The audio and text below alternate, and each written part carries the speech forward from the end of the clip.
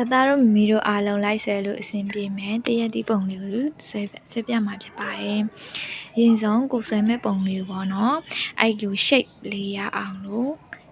ပုံလေးမှာယာကြည့်လိုက်တာအပေါ်မှာတဝိုင်းအောက်ဘက်မှာကျတော့အဝိုင်းသေးလေးတဝိုင်းအဲ့လိုမျိုးလေးယာကြည့်လိုက်ပြီးတော့ဒီဘက်လေးကိုဆက်လိုက်တယ်။ကိုဆွဲမဲ့ပုံကတော့ဒီလိုပုံလေးရလာတယ်။အဲ့ဒီတိုင်းလေးကိုဆွဲမဲ့စာရွက်မှာယာကြည့်လိုက်တယ်နော်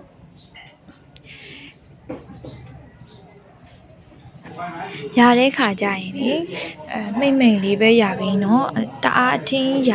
ဆွဲပြလိုက်လို့ရှိရင်ကိုမှားလို့ဖြစ်တယ်ဆိုလို့ရှိရင်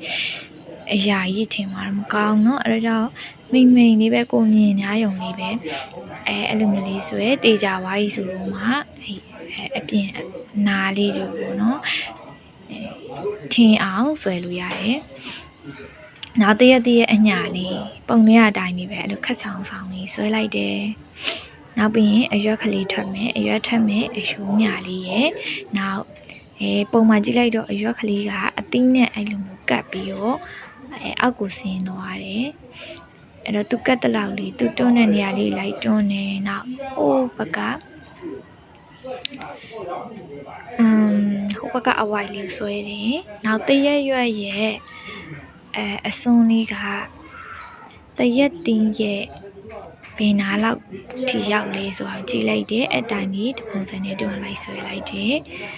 နောက်တရက်ရဲ့အလေကျုံလေးဆွဲပါတယ်ပြီးတော့အရင်ရတာတဲ့အရာလေးတွေကိုဖြတ်လိုက်တယ်အောင်မိမ့်လေးဆွဲတော့မှအခုဖြတ်ရရင်လည်းအဆင်ပြေတာပေါ့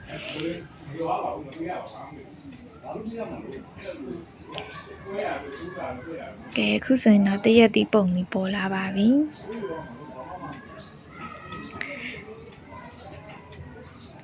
ပြီးရင်တို့အယောင်စရှယ်မယ်ရောင်စုံတော့ oil pencil လေးကိုသုံးထားပါတယ်oil pencil ရကြတော့လေစာရွက်အကျဉ်းသားလေးမှာဆွဲရဖို့ကောင်းတယ်အခုကတော့စာရွက်အလျှော်သားပေါ်မှာဆွဲတာဆိုတော့နည်းဖြတ်တဲ့ခါကြလို့ရှင်တော့နည်းအထစ်လေးတော့ဖြစ်တာပေါ့တိတ်ပြီးတော့ဆွဲရတော့တိတ်မကောင်းဘူးအဲ့လိုအဖက်လေးတွေတော့ထွက်တယ်စာရွက်အလျှော်သားမှာဆွဲရဆိုတော့အကျဉ်းသားဆိုလို့ရှင်တော့လောက်မထွက်ဘူးတင်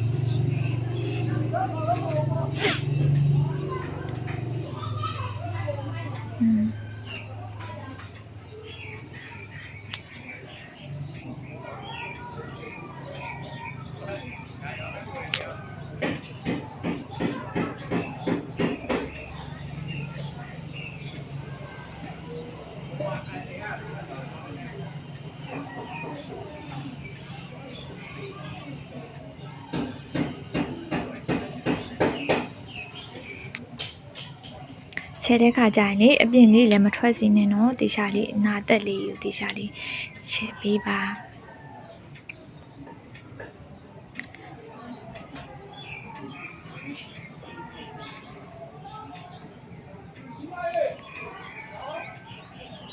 နောက်တရက်ရဲ့အောက်နာလေးအောက်ဖင်နာလေးမှာနေစိမ့်တဲ့နေရာလေးရှိတယ်အဲ့ဒါလေးကိုလည်းဝိုင်းပစယ်စိမ့်လေးနဲ့အောက်ပိုင်းလေးကိုရှယ်ပေးတယ်ဖလေးပဲပေါ့နော်ဒါဖိပြီးဆိုရင်အရင်အယောင်နဲ့ရောပြီးတော့အရင်အယောင်တွေပြန်ပါအောင်မှဆိုတော့ဖလေးပဲရှယ်တာပါပြီးရင်တရက်ရဲ့အဲ့ဘက်နာမှာလိမ္မောရောင်လေးတန်းနေတယ်ပေါ့နော်အယောင်ကအဝါတစ်မျိုးတည်းမဟုတ်ဘဲနဲ့ပုံမဲ့တဲ့နေရာလေးကြာလိမ္မောရောင်လေးတွေဖြစ်နေတာအဲ့ဒီနေရာလေးကိုလည်း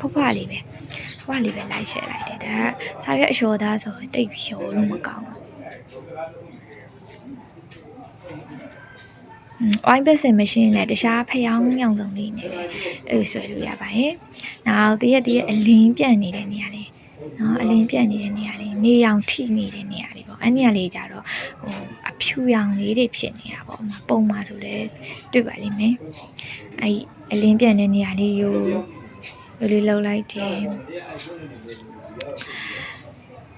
ဒါဆိုရင်တရက်အလုံးတော့ကတော့လောက်ဆိုရင်တော့ဆင်ပြေပါရဲ့အညာလေးကိုဆွဲမယ်နော်အညာလေးမှလည်းနည်းနည်းဝဝလေးဖြစ်နေတယ် နောက်အစိမ်းရောင်နဲ့ကျန်တဲ့ဝါတာလေးလည်းရှိမယ်အညာမှာအစိမ်းလေးလည်းပါမယ်တော့အဲ့လိုမျိုးလေးရောပေးထားလိုက်တယ်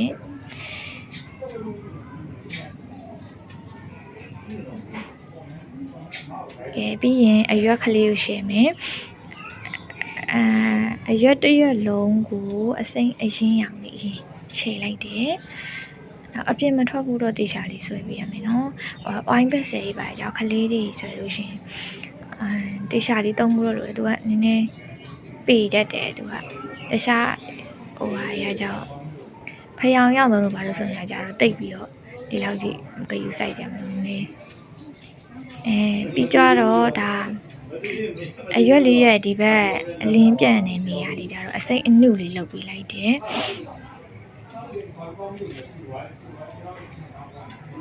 အဲ့ကြတော့နော်ကိုဆွဲတဲ့ပုံလေးကိုကြည့်ပြီးတော့ဘယ်နာလေးမှာတော့ရောင်လေးတွေပြောင်းနေအဲ့ဒီပြောင်းတဲ့နေရာလေးတွေအခုဆိုရင်ဒီဘက်မှာဆိုလို့ရှိရင်အရွက်ရဲ့အလင်းထိတဲ့နေရာလေးဆိုတော့ကြောင့်ပုံမှန်တက်ပို့ပြီးတော့အဲ့ဖြော့နေတယ်နောက်အရွက်ဖျားလေးမှာဆိုလို့ရှိရင်လည်းအရင်နေလုပ်ပေးတာရယ်နော်နောက်တရရဲ့အကျော်လေးဒါကြောင့်ခဲတဲ့နဲ့ဆိုလို့ရှိရင်ဒါအဆင်မပြေဘူးအိုင်းပက်ဆယ်နဲ့လည်းအဆင်မပြေတော့ကြောင့်ဒီကလာပန်ဆယ်အဝါလေးနဲ့အဲ့လိုမျိုးလေးဆွဲလိုက်ရအောင်အရင်အယောင်တွေလည်းချစ်ထုတ်ပြီးသားလို့ဖြစ်နေတော့ကြောင့်ဒီတရရဲ့အယိုးလေးနဲ့အရွက်ကြော်လေးနဲ့တကယ်တူတဲ့အယောင်တွေထွက်လာတယ်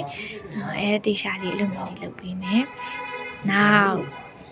အရေးကလေးအရွက်ရဲ့အရေးကလေးရဲ့အသီးလေးကိုအောက်ဘက်မှာရှာတာဆိုအဲ့အသီးရဲ့အောက်ဘက်ကအရေးကလေးတွေရဲ့အဲ့လေးထည့်မယ်နော်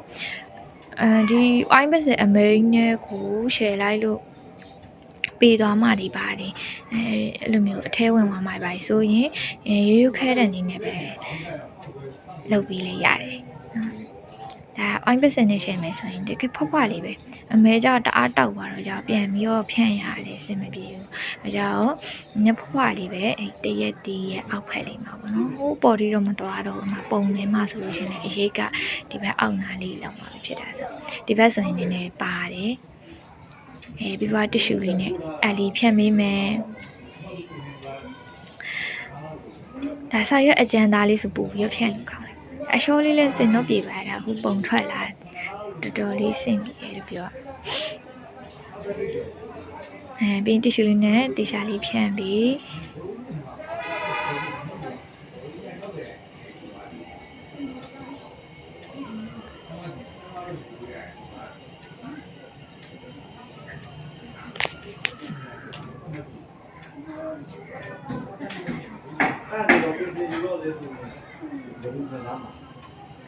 ကဲပြီးသွားရင်အဲ့ဒီတရက်တည်းရဲ့ဒီအနာလေးတွေပေါ့နော်အနာလေးတွေနဲ့ပြက်တလေးဖြစ်သွားအောင်ခဲတဲ့နေနဲ့အဲ့နာကြောလေးလုပ်ပြီးတယ်ဟိုတရက်တီးနဲ့ကက်နေတဲ့နေရာလေးကိုပဲနည်းနည်းထင်းထင်းလေးလုပ်ပြီးနော်ဟိုဘက်ကျတော့အရေးရဲ့အနာစွန်းနေဖြစ်သွားပြီဆိုတော့အဲ့ဒီနေရာတပြင်းလုံးလည်းလှုပ်ရှားမလို့ဒီလားအဲ့ဒီလိုအပ်တဲ့နေရာလေးလောက်ပဲအဲ့လိုမျိုးလေးထင်းပြီးနော်အရွက်လေးဆိုလည်းအရွက်ရဲ့အောက်ဒီဘက်နေရာလေးထင်းပြီးတပြင်းလုံးတော့တပြင်းလုံးမလှုပ်လဲရတယ်ဒါဆိုလို့ရှိရင်အစ်စ်လေးနဲ့တော့နည်းနည်းတော့တူပါဘောနော်ကဲ